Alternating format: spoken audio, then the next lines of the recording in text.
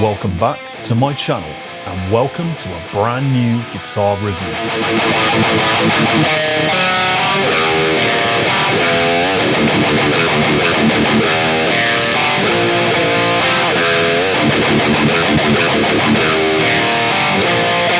This time around we have the Jackson KVXMG in slime green finish. And before we move on and say anything else about this guitar, can we all agree that it looks the absolute business? I absolutely love the Flying V body shape. I can even remember the first time I saw one. It was during Motorhead's TV appearance on the Young Ones sitcom. I can remember one of the guitarists was playing a black Flying V. I remember seeing it and just thinking, oh my god, that is the coolest guitar I have ever seen. To this day, I still think that if you are going to have a stage guitar or something that you use just for performances or videos, the Flying V body shape just makes such a statement visually. Now this slime green finish with black bevels is brand new for 2022. This guitar is also available in a matte black for those who have absolutely no imagination. Now specs wise, this guitar is a good old 25.5-inch scale. We have a proper set of EMG 8185 pickups. We have a genuine Floyd Rose special tremolo system at the bridge. And we have a laurel fingerboard with the classic Jackson shark fin inlays.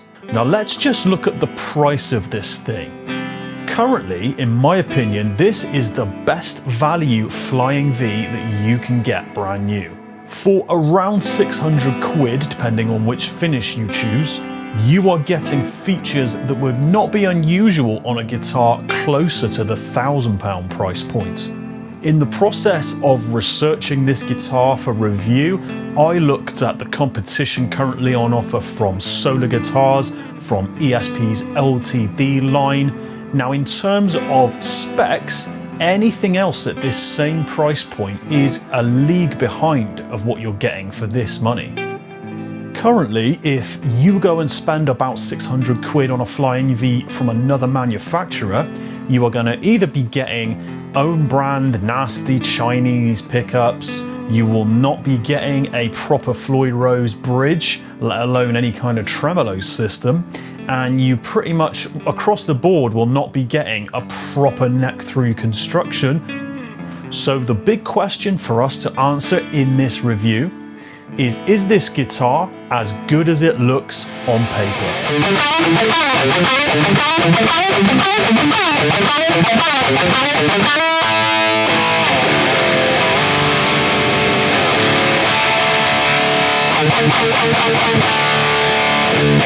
Let's take a look at the build quality of this thing. Now, let's be fair, this slime green finish with the black beveling on the upper and lower horns of the guitar, it just looks the bollocks. And this is going to make such an impact if you are using this as a stage guitar or, for example, for like a music video shoot. The green color looks awesome in person. It's super bright. Now, what should you reasonably expect in terms of build quality if you're spending about 600 quid on a guitar? This thing has definitely got some issues in terms of build, in terms of quality control. What's probably the best thing to do is I will break down for you the issues I found with this guitar. You decide if you think this is okay for the price point and remembering the value for money you're getting with this thing. The first thing you're going to notice with this guitar when you pull it out of the box is that the fretwork is not the best. It's not unplayable, it's not sharp or painful to the point where you're going to catch or even nick your hand when you're running it up and down the fretboard. But unfortunately, we do have some tooling marks on that Laurel fingerboard, and we have some small cosmetic issues with the shark fin inlays. Looking at this slime green paint job, I can see some imperfections in the finish, especially at points where the green meets the black beveling. When I did take this guitar out of the box, one of the first things I noticed was that the tone pot unfortunately just spins freely, and it still does now, so clearly that hasn't been secured. And I would say that that's almost a fault that could make this guitar maybe unfit for purpose and something you could possibly return on that basis. Now, Floyd Rose bridges, they have a reputation for just never being in tune, basically. And I have to say, this thing really doesn't stay in tune, guys. Like, if you even think about playing with that tremolo or reaching for that tremolo arm, it's going to go out of tune before you've even touched it, basically. If you are using this guitar normally and you're not going for the tremolo arm and dive bombing or anything like that, it does stay in tune sort of okay. But if you are somebody who incorporates a lot of tremolo stuff on dive bombs in your solos, just be prepared that you are going to have to tune quite a lot, certainly after every song. It is nice to see a genuine Floyd Rose tremolo at this price point. It is the cheapest one they do. This is a Floyd Rose special, so this is like the proper budget entry-level tremolo. But a lot of guitars I see around this price point, if they do have a Floyd Rose tremolo, it will be some type of own brand licensed version. So even though it is the budget entry level Floyd Rose, it is nice to see it's a genuine Floyd Rose product. Tuning stability aside, the actual functionality of this tremolo is quite nice. It's quite smooth in its action going up and down. It is actually good fun just arsing around with this tremolo.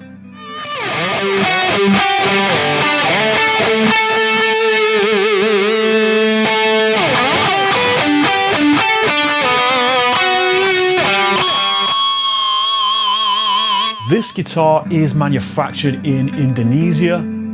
These days, Indonesia really covers a massive price range in terms of guitars that are made there. So £1,000, 1,200 quid guitars I'm seeing now are made in Indonesia, as well as more affordable stuff like this 500-600 quid guitar. So it seems like Indonesia will make something as well as you pay them to make it. So I'm a little bit conflicted with this guitar. I really am interested to know what you guys think, so please let's have a chat in the comments about this. I'm sure the tone pot is something that could be fixed relatively easily. Do let me know what you guys think. If you were to drop 600-ish quid of your own money on this guitar, are these flaws something you could forgive for the package you're getting?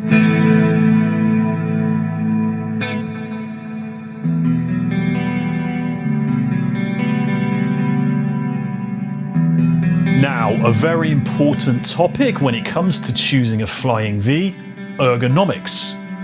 I am pleased to report that this is one of the most comfortable Flying Vs I have played. The weight of it is really quite light, considering that there's a set of active pickups, there's a tremolo, there's all sorts of hardware in this thing. Despite that, it's really a nice weight. The body of this guitar is poplar, which is a fairly light wood, something that probably is working in the favour of the weight of this thing. I don't seem to get any neck dive of any kind when I'm wearing this thing on a strap, be it stood up or sat down. The placement of the jack input I find is fine. People seem to moan a lot about jack input placement on Flying Vs. The reality of it is there just isn't a good place to put a jack input on a Flying V. There are nice rolled edges on the body of this Flying V to rest your forearm on as you're playing, and I found that to be a really nice, comfy setup. The neck profile is just classic Jackson. It's just a super thin C-shaped neck that feels really nice in the hand. Not too wide, not too narrow, not too clubby. They seem to have just got the neck profile perfect with this thing. So this thing looks the part. It's insane bang for buck for what you're paying. Now, how does it sound?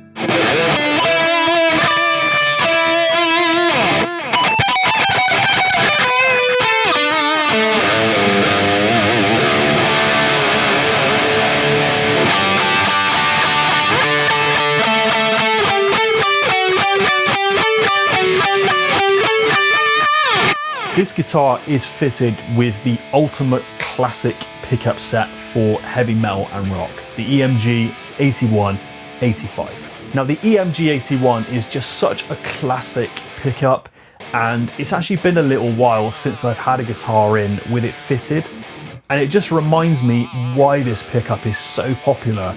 It's just such a fun pickup to play through. It's just so smooth that I swear it makes your playing sound better than it actually is.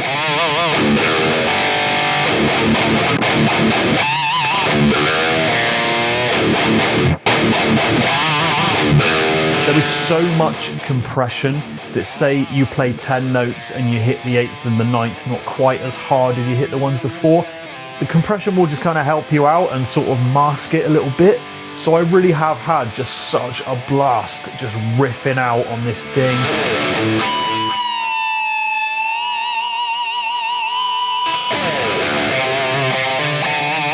I really think overall this guitar is just a lot of fun. If I had only one word to describe it, that would be the word I would use. It's just fun.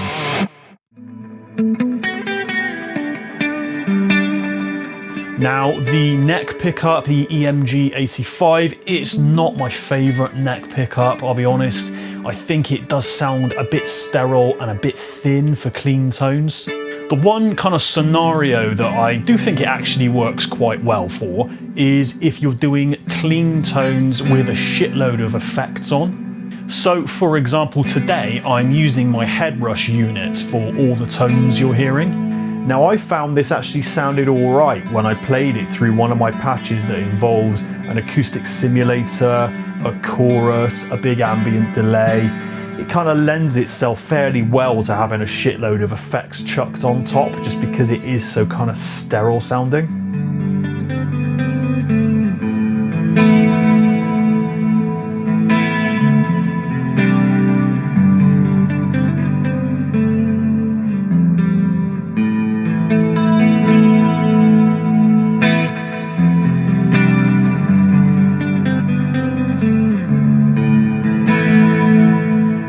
What this guitar has kind of taught me, if anything, is at all times I need to have at least one guitar in my collection that has the EMG 81 in the bridge.